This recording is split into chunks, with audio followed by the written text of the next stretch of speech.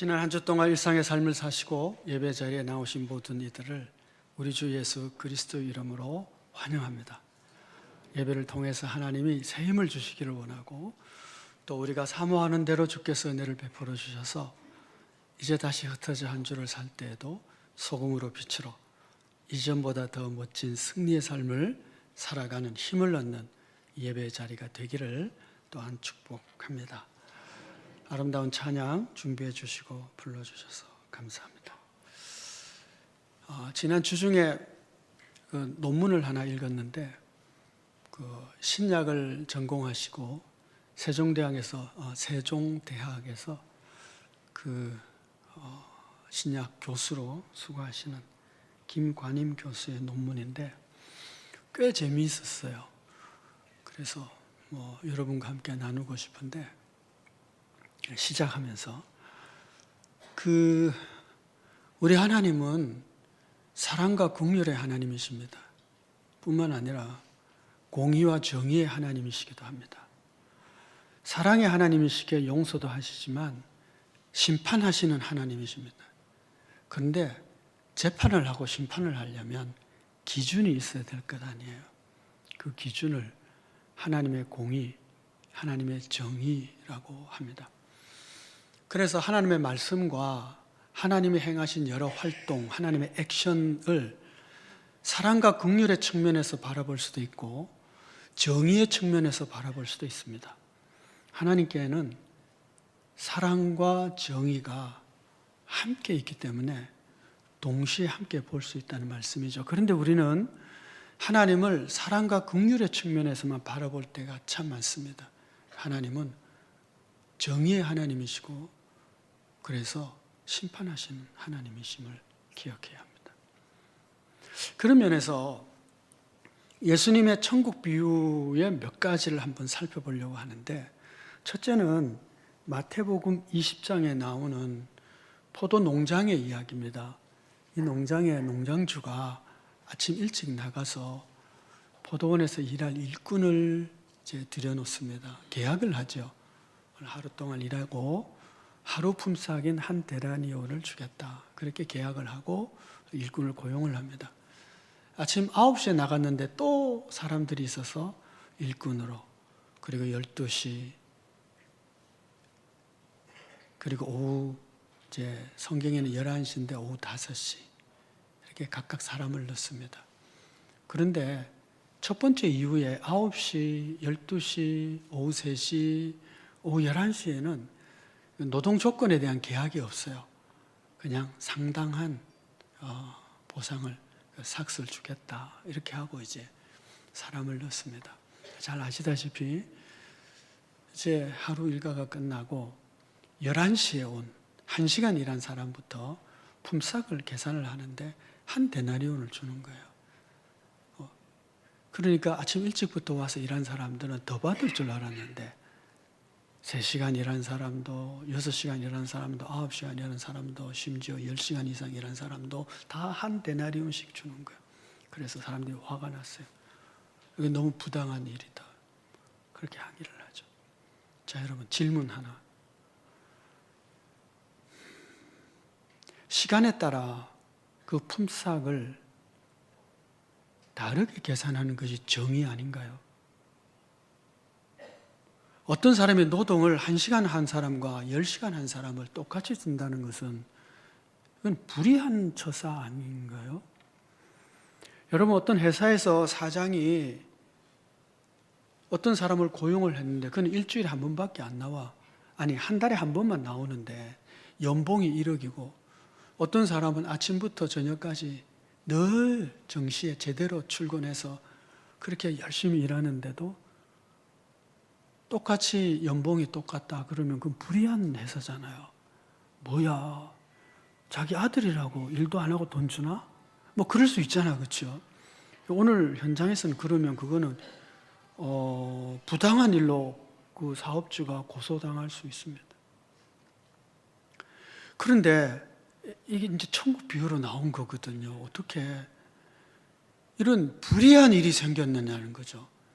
노동 시간에 따라 품삯을 계산을 해줘야 되는데 1시간 일한 사람이나 10시간 일한 사람이나 똑같이 한 데나리온이다. 이건 좀 부당하다. 도대체 정의가 뭐냐? 사랑이라고 하면 해석이 돼요. 하나님의 정의가 뭐냐라고 여기 질문할 수 있다는 것입니다. 두 번째 비유는 마태복음 18장에 나오는 어떤 임금이 1만 달란트 빚진 자와의 사이에 일어난 일들입니다. 1만 달란트라는 게 무지하게 큰 돈이거든요. 헤롯 대왕이 당시에 헤롯 대왕의 1년 수입이 900달란트였답니다. 1000달란트가 안 돼요. 그러니까 헤롯 대왕이 10년 동안의 연봉을 아무것도 안 쓰고 다 모아야 이 1만 달란트가 겨우 갚는 것입니다. 하루에 노동자의 품삯이 한 데나리온이라고 한다면 1년 수입이 그래 많이 해야 200데나리온 정도 될 겁니다. 그러면 이 사람의 임금으로는, 노동자의 임금으로는 약 30만 년 30만 년을 갚아야 됩니다. 그러면 갚을 수 있다는 얘기예요? 없다는 얘기예요? 갚을 수 없다는 얘기예요. 근데 왕이 그걸 탕감해 줍니다. 탕감한 이유는 그가 갚을 수 없기 때문에, 도무지 갚을 수 없는 액수이기 때문에 그냥 탕감해 주고, 탕감해 주는 방법 외에는 이 사람이 살아날 길이 없어요. 자, 이렇게 은혜를 입고 탕감을 받은 자가 나가서 200데나리온을 빚진 자를 안 갚는다고 붙잡아서 옥에 가두어 버립니다.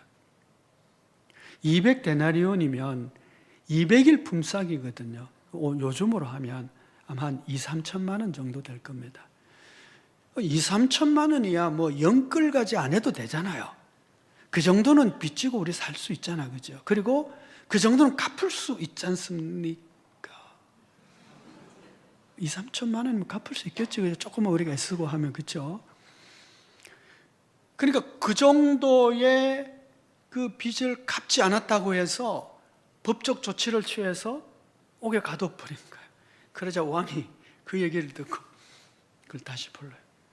내가 너를 1만 달란트를 탕감해 줬는데 너는 왜 너희 동료에게 긍휼과 자비를 베푸지 않았느냐.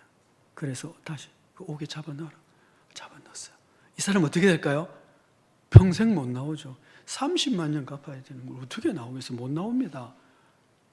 200데나리온 정도는 뭐 옥에 갇혀 있다가 어떻게 이렇게 저렇게 해서 뭐 이렇게 갚고 나올 수가 있지만 이 사람은 못 나오는 거예요. 자, 그러면 두 번째 질문, 정의란 뭐냐? 아니, 어떤 사람이 빚을 졌는데 안 갚는 거예요. 아니, 기다려도 안 갚고 자꾸 거짓말하고 안 갚아요. 그래가지고 내가 행정 조치를 취하기 시작했어요. 그 행정 조치가 불의한 건가요? 아니, 안 갚는 사람이 나쁜 사람이지. 갚아라 갚아라도 안 갚는 사람에 대해서 법적 조치를 취하는 것은 정당한 것이고 정의로운 것이죠. 그런데 이 왕이 그거 했다고 옥에 가다 버렸어요. 여기서 왕은 하나님이시잖아요. 그러면 우리는 정의롭다고 지금 생각하고 이건 당연한 것이라고 생각하는데 하나님의 정의는 도대체 뭐야? 하나님은 다르게 생각하네? 이런 생각을 하지 않을 수가 없죠. 세 번째 이야기는 누가복음 16장에 나오는 이야기인데 어떤 사람이 재산이 많아 이게 청지기를 두고 재산 관리를 하는 겁니다. 이 청지기가 불의하게 일한다는 소문을 듣게 돼요. 그래서 이 청지기를 해고를 하게 됩니다. 너 이제 해고, 더 이상 일 못해. 그러니까 이 청지기가 고민을 하는 거예요. 아니, 내가 어떻게 하면 좋지? 이제 뭐 빌어먹고 살 수도 없고 나 어떻게 살아야 돼? 그러다가 꾀를 하나 내요. 청지기니까 할 수 있는 일입니다. 빚진 사람 다 모여 빚 증서 가지고 와. 그리고는 빚을 막 그걸 뭐라 그러죠? 사문서 위조. 예. 막 위조를 하는 거예요. 예. 그래서 너 얼마 빚졌지? 1억. 그래, 알았어. 너 3천만 원 해. 3천만 원. 막 그냥 탕감을 해주고 막 그걸 삭감을 하고요. 사문서 위조를 막 한 거예요. 그런데 왕이 이걸 들었어. 아니, 이 주인이 들었어요. 듣고는 뭐라고 얘기하느냐 하면, 그놈 속냐, 지혜롭게 일하네. 지혜로운데, 이렇게 얘기해요. 여러분, 여기서 이 주인은 하나님이라고 생각하면요, 사문서 위조를 해가지고, 아니, 재산에 막 축이 나게 만들었는데, 이 하나님 뭐라고 말씀하느냐 하면, 야, 그거 지혜롭다, 야. 그 무슨 얘기예요? 잘했다는 얘기거든요. 그럼 도대체 정의가 어디 있는 거예요? 하나님이 정의로우셔야 되는데. 여러분, 최종적인 재판관은 하나님이십니다. 그러니까 최종적으로 재판하는 이 세상의 재판은, 그거는 뭐 불의할 수도 있고 잘못될 수도 있고, 뭐 처음에는 이게 옳다고 생각해도 세월 지나면 그 재판 잘못됐다고 판결되는 경우도 많잖아요. 최종적이고 가장 완벽한 재판은 하나님이 하시는데, 하나님이 적용하는 하나님의 정의, 하나님의 법, 하나님이 재판하는 그 규칙이 뭐냐는, 거기가 진짜 정의거든요. 그런데 너무 이상한 거잖아요. 아니, 사문서 위조해가지고 주인의 재산을 완전히 축나게 만들고 그랬는데, 하나님이 야, 그거 야, 잘하네, 잘했어, 이렇게 얘기하는 거야. 그럼 뭐야 이거 도대체? 정의가 뭐죠? 우리가 너무 다르다고 생각하지 않으세요? 자, 이런 생각을 가지고 이제 오늘 우리가 함께 말씀을 나누려고 합니다. 우리가 지금 나눈 주제는 하나님의 나라입니다. 지난 시간에는 하나님의 나라와 그의 의를 구하라는 말씀을 드렸어요. 사람이 무엇을 먹느냐 마시느냐, 그건 너무 염려하지 마라. 다른 얘기로 하면요, 너무 먹는 것 마시는 것 때문에 염려하고 걱정하는 것은 하나님 보실 때 너 믿음 없네 라고 말씀하신다는 뜻이에요. 그래서 여러분 너무 걱정하지 마세요. 그게 믿음 없다는 표식이에요. 너희는 먼저 하나님 나라와 그의 의를 구하라. 내가 아버지인데 내가 너희의 필요를 다 알고 있지 않느냐, 그런 얘기예요. 자, 그러면 하나님의 나라를 우리가 먼저 구해야 되는데, 구체적으로 그러면 하나님의 나라가 무엇입니까? 지난번에는 하나님의 나라를 그냥 이렇게 통쳐서 한 가지로 말씀을 드렸어요. 뭐냐? 하나님의 통치, 하나님의 법이 집행되는 곳. 근데 그것을 조금 더 세분해서 오늘 말씀을 보면 바울이 이렇게 얘기하죠. 17절에 하나님의 나라는, 로마서 14장 17절입니다. 하나님의 나라는 먹는 것과 마시는 것이 아니요 오직 성령 안에 있는 의와 희락, 평강과 희락이라. 이로써 그리스도를 섬기는 자는 하나님을 기쁘시게 하며 사람에게도 칭찬을 받느니라. 여러분, 하나님을 기쁘시게 하는 것이 의라는 말씀을 지난 시간에 드렸어요. 하나님을 기쁘시게 한다는 것은 뭐냐? 하나님의 뜻대로 순종한다는 것이, 그게 기쁨이 되잖아요. 어떤 사람이 자녀가 내 뜻대로 아주 열심히 공부도 하고 이쁜 짓을 잘해. 그럼 뭐예요? 내가 기쁘잖아요. 그런 것처럼 우리가 하나님의 뜻대로 잘 살면 하나님이 기뻐하잖아요. 그게 뭐라고요? 그게 의라고 하는 거예요. 그 의가 뭐냐? 구체적으로 성령 안에서 의와 희락과 화평이다, 이렇게 말씀하여. 하나님의 나라는 의의 나라입니다. 의의 하나님이니까 의로운 나라, 당연하죠. 그러면 우리가 또 질문을 던져요. 하나님의 나라의 의는 뭡니까? 그러면 하나님의 나라는 뭡니까? 의다 그랬을 때 먼저 하나님의 나라는 먹는 것과 마시는 것이 아니에요. 하나님의 나라는 먹는 것 마시는 것이 아니라고 그럽니다. 그런데 이 땅에 속한 사람들은 먹고 마시는 것이 굉장히 중요한 일입니다. 그죠? 이제 뭐 내년에 총선도 있겠는데, 선거철 되면 뭐 사람들이 막 플랜카드 붙이잖아요. 연말에도 뭐 국회의원들 뭐 이런 거 붙이잖아요. 그죠? 뭘 붙여요? 내가 이렇게 김해시를 위해서 재정을 많이 끌고 왔습니다. 내년에 저를 뽑아주시면 김해 시민들 모두 잘 먹고 잘 살게 될 겁니다. 저를 대통령으로 삼으면 대한민국의 경제가 좋아져서 우리가 지금보다 훨씬 잘 살게 될 겁니다. 다 뭐예요? 먹는 것, 마시는 거죠. 이게 중요해요. 여기 표가 막 몰리거든요. 여러분, 우리가 여기 앞에 플랜카드를 하나 붙인다고 합시다. 뭐라고 플랜카드를 붙이냐면, 우리 교회에 오시면 장담하건대 1년 안에 재산을 10배로 부를 것이고, 등록하는 순간 하나님께서 통장에 1억씩 꼽아줄 겁니다. 그러면 사람들이 올까 안 올까요? 엄청나게 올 거예요. 뭐 다른 종교 믿는 사람들도 1년만 예수 믿어보자, 뭐 1년 만에 재산 10배로 붙는, 뭐 1억 준다는데, 뭐 모든 종교인들이 그 종교 버리고 다 올 거예요. 1년 뒤에는 뭐 다른 데 가겠지만은 어쨌든 그렇죠. 먹는 것 마시는 관심. 그런데요, 그거 교회는 아니에요. 교회는 그런 것이 아니거든요. 하나님은 우리가 거부가 되는 것에 대해서 관심이 없어요. 나중에 다시 말씀을 드릴게요. 필요하면 우리 부자 되게 할 수도 있고요, 가난하게 할 수도 있고요. 우리의 필요를 다 채워주신 하나님이에요. 하나님은 하나님의 교회가 재산이 막 증식되는 거 관심 없어요. 하나님은 우리가 하나님의 뜻대로 살아가는 것에 관심이 있어요. 하나님의 뜻대로 순종하는 것에 기뻐하신다는 거예요. 그런데 세상 사람들은 먹는 것 마시는 것이 굉장히 중요해요. 그래서 성도들과 가치관의 충돌이 생겨요. 진짜 제자는 먹는 것 마시는 것을 사소하게 생각하지만 세상 사람들은 먹고 마시는 것을 중요하게 생각하거든요. 세종실록에 보니까 민의식천이라고 이 말이 있더라고요. 국민에게는 먹는 것이 하늘이다, 그런 뜻이에요. 설명을 그렇게 해놨더라고요. 백성에게는 밥이 하늘이라서 배가 고프면 나라와 임금이 무슨 소용이 있냐, 그렇게 해석을 했더라고요. 유명한 시인이죠. 김지하 시인이 밥은 하늘입니다, 뭐 그런 시도 썼더라고요.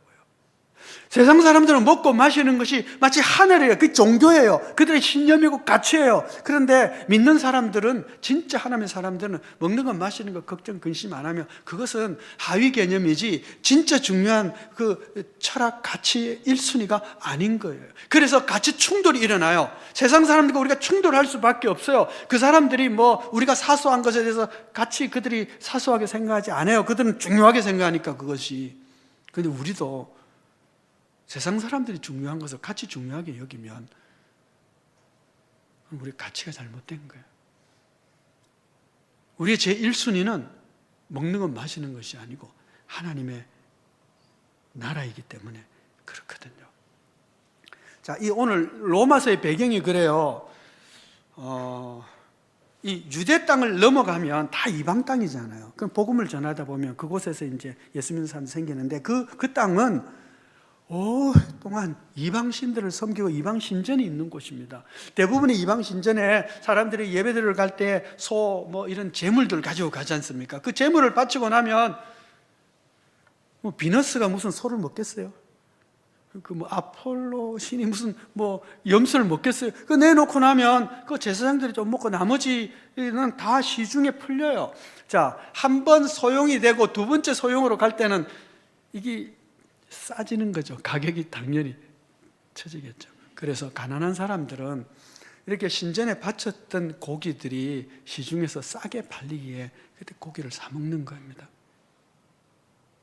여러분, 가난한 사람들이 무슨 소를 어떻게 잡겠어요? 예전에 우리도 그렇지 않습니까? 소 하나 있으면 꽤 잘 사는 사람인데요, 소 팔아가서 대학 등록시킨다 하잖아요. 부자거든요. 혹시 예전에 고기국 먹고 살았습니까? 저는 1년에 한 2번이나 소고기 먹을까 말까, 한 2번은 먹었던 것 같아요. 산골짜기 탄강촌에서. 명절 때나 돼야 뭐 소고기국 한번 먹고 그러지. 가난한 사람들의 삶이란 게 그런 거란 말이에요. 그러니까 이들이 시중에 풀린 그 싼 고기를 먹는 거죠. 자, 그런데 예수 믿게 되었습니다.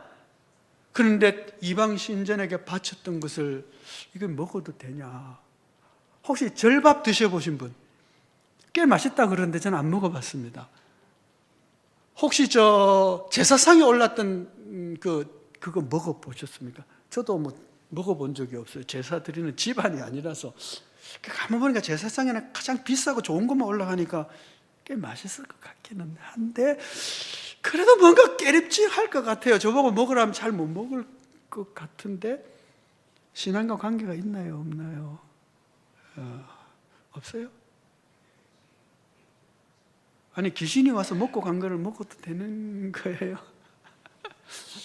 자, 이게요, 복음이 전해졌을 때 그 이방 그 교회 사이에서 갈등이 생겨진 겁니다. 다툼이 생겨졌어요. 이걸 먹어도 되냐 말아야 되냐. 이방 신전에 바쳤던 것을 어떻게 먹어야 되냐. 이건 신앙 양심에 꺼리끼는 것은 못 먹는다. 먹어도 된다. 뭐 그게 뭐 대단하냐. 귀신이 뭐 바쳤다고 해서 귀신이 먹은 것도 아니고 귀신이 뭘 그런 걸 먹겠냐. 먹을 수 있다. 먹을 수 있다는 사람도 있고 먹을 수 없다는 사람도 있고 막 다툼이 교회 안에 생기니까 바울이 글을 쓴 거예요. 먹는 것 마시는 건 그건 부차적인 거 중요한 거 아니다. 오늘 14장 이 말씀 이하에도 계속 나와요. 음식으로 말미암아 하나님의 사업을 무너지게 하지 말라. 화평의 일과 서로 덕을 세우는 것이 먼저다. 고기도 먹지 아니하고 포도주도 마시지 아니하고 무엇이든지 내 형제로 거리끼게 하는 일을 아니함이 아름다우니라. 먹는 것에 대해서 이건 부차적이니까 너 믿음의 수준대로 해라. 괜찮다. 먹어도 된다. 여러분 저 예배드리러 오는데 파자마 입고 오신 분 없죠? 잠옷 입고 오신 분들. 예배드리러 올 때 그렇게 오면 안 되잖아요. 그렇죠? 아침에 올 때 딱 화장도 하고 옷도 제일 좋은 옷 입고 이렇게 와야 예배드리잖아요. 근데 어떤 사람이 머리도 부시시 하고 잠옷 입고 파자마 차림으로 교회 오면은 돼요, 안 돼요? 그런데 여러분, 만약 그 사람이 옷이 그 한 벌밖에 없다면 그 파자마 때문에 예배 안 드리는 것이 옳아요? 그럼에도 불구하고 예배 드리러 오는 것이 옳아요? 예배가 먼저잖아요. 그렇죠? 우리에게 제1 가치는 하나님의 나라와 그의 의를 구하는 것이고 하나님을 사랑하는 것이고 그게 제1의 가치예요. 나머지는 부차적인 것이고 그럴 수도 있고 아닐 수도 있고 옷을 잘 입고 오면 너무 좋죠. 내가 부자라서 신전에 바쳐준 고기는 안 먹어도 내가 얼마든지 영양실조 안 걸리고 잘 살 수 있으면 참 좋은 일이죠. 근데 너무 가난해서 먹을 것이 없어. 그래서 신전에 바쳐진 것이라도 먹고 뭐 밥을 먹었는데 먹을 것이 없으니까 절밥이라도 먹으면서 예배당 오고 그럴 수 있잖아요. 그러면 안 되는 거예요. 제1의 가치가 뭐냐라고 하는 것이죠. 먹는 거 마시는 거 아니라고 하는 거예요. 제1의 가치는 성령 안에서 의와 희락과 화평, 하나님의 나라를 구하는 거예요. 그 하나님의 나라가 뭐냐라고 물었을 때 바울이 그러잖아요. 하나님의 나라는 성령 안에서 의와 희락과 화평이니라. 그럼 하나님의 나라는 의의 나라입니다. 그럼 의가 뭐냐라고 했을 때 제가 지난번에 약간 설명을 했는데 탕자의 비유를 가지고 설명하면 여러분 의를 생각할 수가 있어요. 탕자의 비유를 하나님의 사랑과 긍휼의 입장에서 볼 수도 있지만요, 또 다른 면으로 보면 하나님의 의로움으로 볼 수 있어요. 의가 뭐냐? 첫 번째는 깨어진 관계가 회복되는 것이다. 이건 지난 시간에도 말씀을 드렸어요. 이 아들이, 둘째 아들이 아버지한테 가서 아버지 유산 상속해 주세요. 그렇게 얘기해요. 유산은 아버지가 죽어야 받을 수 있는 것입니다. 근데 그 유산 상속 받겠다고 하는 얘기는 내게 있어서 아버지는 죽은 존재, 아버지와 더 이상 관계없이 살겠습니다. 그 뜻이에요. 아버지의 관계를 끊고 유산만 받아가지고 챙겨 먼 나라 가버린 거예요. 그런데 아버지의 마음은 항상 그 아들이 다시 돌아오기를 원하는 거죠. 끊어진 관계가 다시 회복되기를 원해요. 그래서 아버지가 이 아들이 돌아왔을 때 기뻐하고 즐거워하며 아들의 지위를 회복시켜 줍니다. 이것을 가지고 관계의 회복이라 그래요. 의는 첫 번째는 관계의 회복이에요. 하나님과 끊어졌던 관계가 다시 회복되는 거 어떻게 회복할 수 있죠? 이게 제1의 의인데 예수 그리스도를 믿음으로, 오직 믿음으로 말미암아 우리가 의의 옷을 입었느니라, 의롭다함을 받았느니라. 이걸 칭의라고 그럽니다. 의롭다고 칭한다. 의인, 의롭다고 인정하겠다. 오직 믿음으로, 오직 그리스도의 은혜로. 내가 한 게 아니에요. 하나님의 은혜로. 그래서 이게 첫 번째 의예요. 아들이 돌아옴으로 다시 아들의 회복을 회복한 거죠. 두 번째 의는 뭐냐면 큰아들이에요. 자, 이 큰아들이 그 잔치에 들어가기 싫은 거예요. 그래서 아버지가 나와서 얘야, 죽었던 네 동생이 다시 돌아왔지 않느냐. 같이 가자. 아버지의 뜻은 뭐예요? 이 큰아들도 이 기쁨의 잔치에 오겠다, 들어오면 참 좋겠다, 그러면 내가 참 기쁘겠다는 것이 아버지의 뜻이에요. 그러면 큰아들이 이 아버지의 뜻에 순종해서 그 자리에 들어가면 어떻게 해요? 아버지 기뻐하시는 거예요. 여기 두 번째 의예요. 이것을 가지고 뭐라고 그러냐 하면 성화라고 그럽니다. 제1의 의는 칭의, 의롭다고 인정, 칭해준다는 것이고, 두 번째 의는 성화, 거룩해져 가는 것이죠. 뭐가 거룩해진다고요? 아버지의 뜻을 따라 내가 살아감으로 거룩해져 가고, 그 아버지의 뜻을 따라 거룩해져 갈수록 하나님이 어떻게 해요? 기뻐하시는 거예요. 하나님의 뜻대로 기뻐요. 세 번째 의는. 자, 그래서 이 아버지의 아들을 위한 장치에 큰아들이 들어왔어요. 그러면 어떻게 될까요? 온 가족이 기쁨으로 충만하게 되는 것이죠. 렘브란트가 그린 돌아온 탕자라고 하는 그림을 혹시 기억을 하시면 한번 생각해 보시기 바랍니다. 그림이요, 주변이 다 컴컴해요. 어둡습니다. 빛이 아버지의 탁 스포트라이트, 아버지에게 가 있고, 돌아온 아들에게 탁 가 있고, 큰 아들에게는 약간 비춰지고, 배경에는 좀 희미해요. 어두운 그림이에요. 근데 그 아들이 탁 들어가서 기쁨으로 아버지와 잔치에 참여하면 이 잔치가 어떻게 될까요? 기쁨으로 확 빛나겠죠. 우리가 하나님의 뜻대로 살아갈 때에 아버지의 뜻대로 행하면 어떻게 되느냐 하면 내 주변이 하나님의 기쁨으로 충만하게 돼요. 내가 살아가는 공동체가 아름답게 돼요. 그것이 세 번째예요. 하나님의 기뻐하시는 세상이 되는 것이죠. 가족이 되고, 도시가 되고, 직장이 되고, 이 세 가지. 그러면 설명이 되겠죠. 탕자의 비유를 생각하면 사랑의 관점에 볼 수 있지만 의의 관점으로 보면 하나님의 의라고 하는 것이 이런 거구나 하는 생각을 하게 돼요. 그래서 우리가 하나님의 나라를 성령 안에서 의와 희락과 화평이라고 할 때 그 의가 뭐냐라고 할 때 그리스도로 말미암아 얻는 칭의와 함께 이제는 의의 옷을 입었으니까 하나님의 뜻대로 내가 순종하며 기뻐하며 살아가고, 그러므로 말미암아 내 주변이 하나님의 은혜와 사랑과 화평으로 풍성하게 되는 거예요. 자, 그러면 두 번째의 성화라고 하는 것이 하나님의 기뻐하시는 뜻을 행하는 것이라고 했을 때, 그러면 하나님의 기뻐하시는 뜻이 뭐죠? 이것이 이번 달에 우리가 외우고 있는 미가서 6장 6절에서 8절이에요. 이것을 외우는 이유가 그겁니다. 미가서 6장 6절 8절이요, 구약 성경의 선지서의 엑기스라고 말해요. 하나님이 우리에게 구하시는 것이 뭔가? 하나님의 기뻐한 뜻이 뭐냐? 내가 어떻게 의로운 삶을 살아갈 수 있을까? 하나님의 기쁨이 될 수 있을까? 라고 할 때에 1년 된 송아지를 가지고 바치는 것 너 아니야. 천천히 순약을 아니면 만말의 강물 같은 기름을 바치는 것 아니야.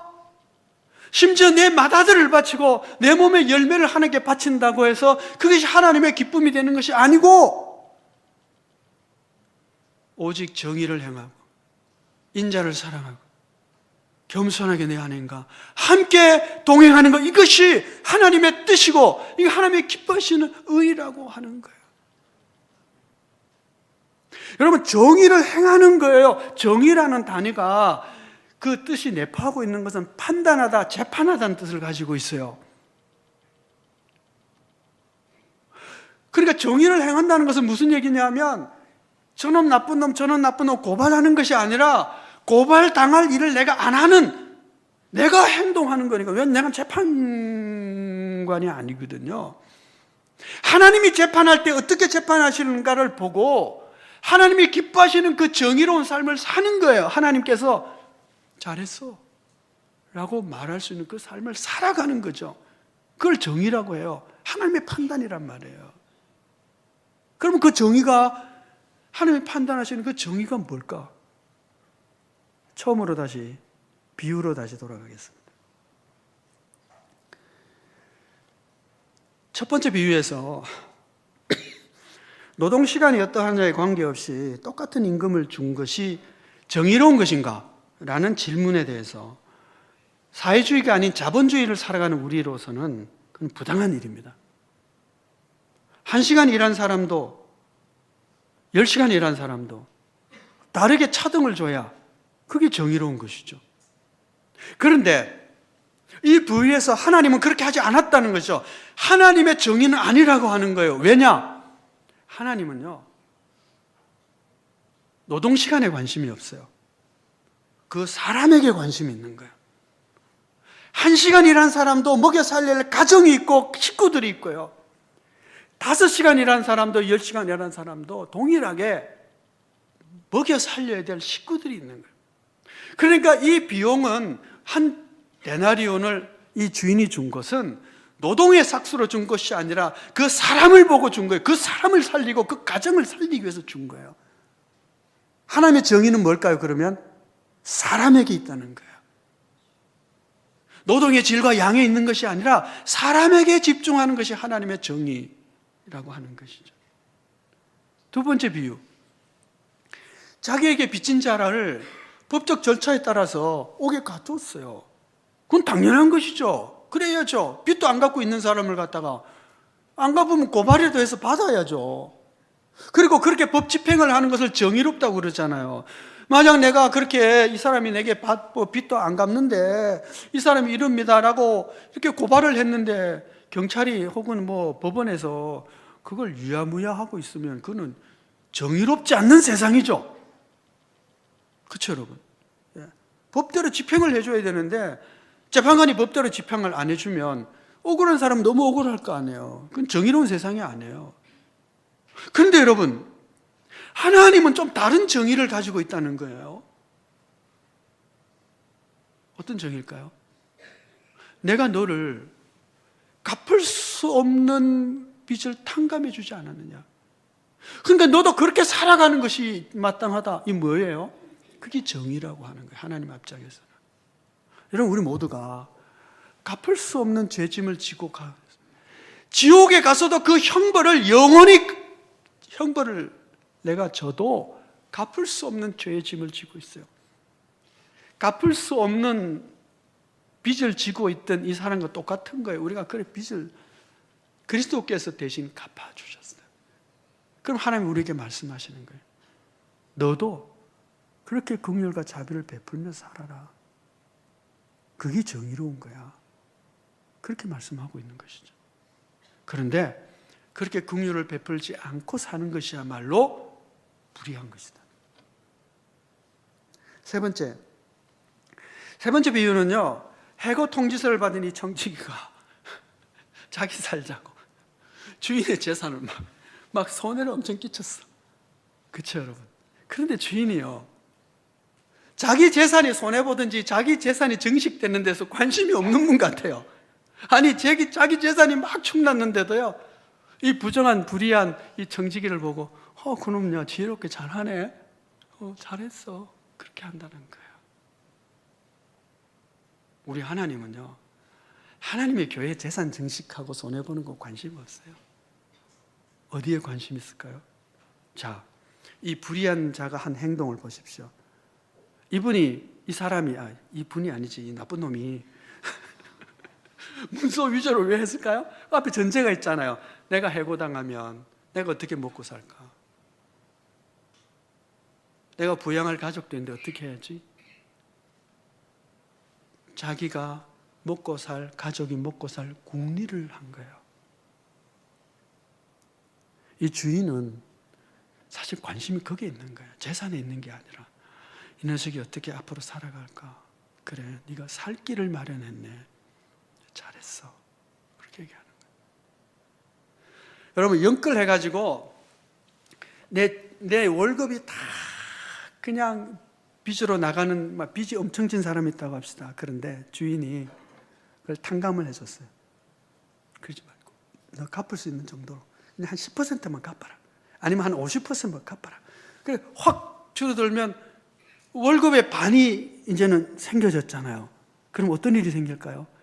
가족하고 외식도 한번 하고, 그죠? 애들이 원하는 거 뭐 사달라는 것도 사줄 수 있고, 조금 더 인간적인 삶을 살 수 있지 않을까요? 조금 더 기쁨이 있지 않을까요?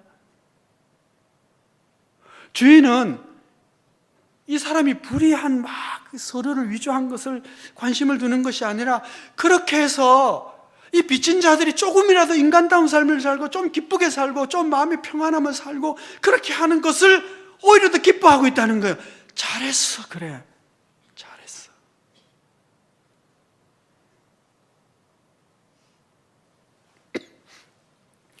그러니까 정의롭다, 불의하다는 기준이 법대로 상식대로 집행되는 것이 분명하지만, 하나님의 기쁨은 사람이 걱정, 근심에서 자유롭게 되고 좀 더 사람답게 살아가게 되는 것, 그것이 정의고 그것이 바르고 정당한 길이라고 말씀한 것입니다.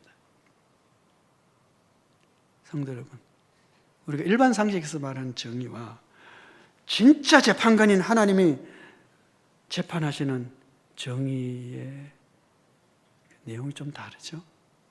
그럼 누가 옳을까요? 우리는 하나님이 옳다고 해야 하는 것입니다. 사람을 살리는 것, 사람이 사람답게 자유와 기쁨과 생명을 풍성하게 누리는 것, 그렇게 되도록 행동하는 것, 그것을 정의로운 행동이라고 말씀한 것입니다. 경제 상황 속에서 하나님의 정의는 노동시간의 분량을 따지거나 노동자가 성취한 업적 위주로 분배하는 것이 아니라 개개인 노동자와 그의 가족들의 생계를 이어갈 수 있도록 분배해주는 방식. 하나님의 정의는 사람을 살리는 데 목적이 있지 사람을 괴롭게까지 하면서 자신의 재산을 축적하는 데 있지 않는 것이다. 것이죠. 하나님의 정의가 법을 수호하는 것에 한정되는 것이 아니라 그 넘어 사람을 살리고 세우는 방향으로 이루어져야 한다는 것을 말씀하고 있다면, 여러분 이번 한 주 나가서 소금으로 빛으로 살아갈 때 정의를 향하며, 그 다음에 뭐예요? 그래서 인자를 사랑하는 거예요. 정의가 인자로 연결되고 그 인자는 뭐로 연결돼요? 겸손하게 하나님과 동행하는 것으로. 사실 하나인 것이죠. 이번 한 주 그렇게 살아갈 수 있는 우리 모두가 되기를 축복합니다. 기도하겠습니다. 은혜로우신 아버지 하나님, 주님 말씀해 주신 진리의 말씀에 따라 이번 한 주에 정의를 향하며 인자를 사랑하며 겸손히 하나님과 동행하는, 그래야 하나님의 기쁨이 되는 제자의 삶이 되기를 원하오니 주여 저희를 그렇게